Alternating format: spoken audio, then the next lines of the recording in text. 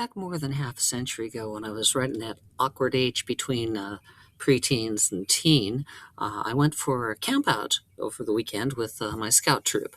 And after we had got everything settled up, we had decided, a friend of mine and I, that we'd set off on our own and take a short hike to a dry riverbed that we had seen along the way. Now, the dry riverbed was filled with all kinds of boulders and sharp rocks, and it looked like something had moved through there in a flash flood sometime recently. And this story is not about a flash flood, it's just about the fact that it was filled with all kinds of dangerous debris.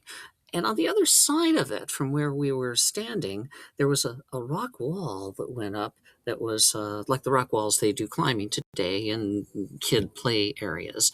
Anyway, this was the real thing. And so it was a lot more dangerous. And there were little rocks stuck in, pieces of branches, all kinds of debris in there. And we thought, it's vertical and it's about 20, maybe 25 feet high.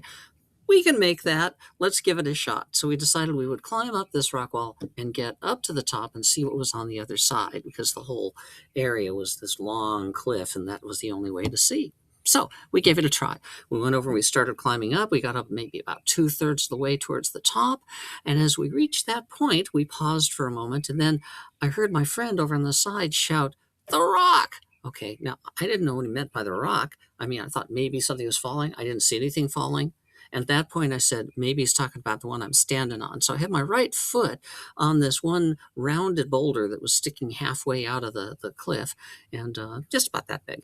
And I thought, maybe there's something wrong with that. So I decided on intuition to leap off that with my right foot and put all my weight on my left foot, where I was just trying to find a place to stand on my way up. And as I did that, the one under my right foot fell all the way down to the bottom and smashed into all the boulders and sharp rocks.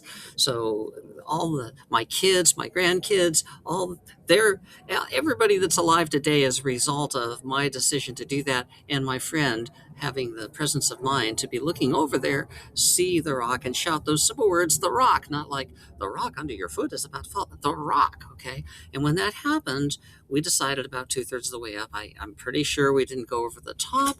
I'm pretty sure that we just decided to go down the way we came, which was a lot safer, and we were a lot wiser for it. So, having come down to the riverbed, we made our way back to camp, and it's appropriate to tell that story here because this is on a channel I call Off the Wall, and literally we were off the wall and almost fell off the wall. But there's a story from a little more than half a century ago. Well, a few years more than halfway past half a century ago. And now you have it.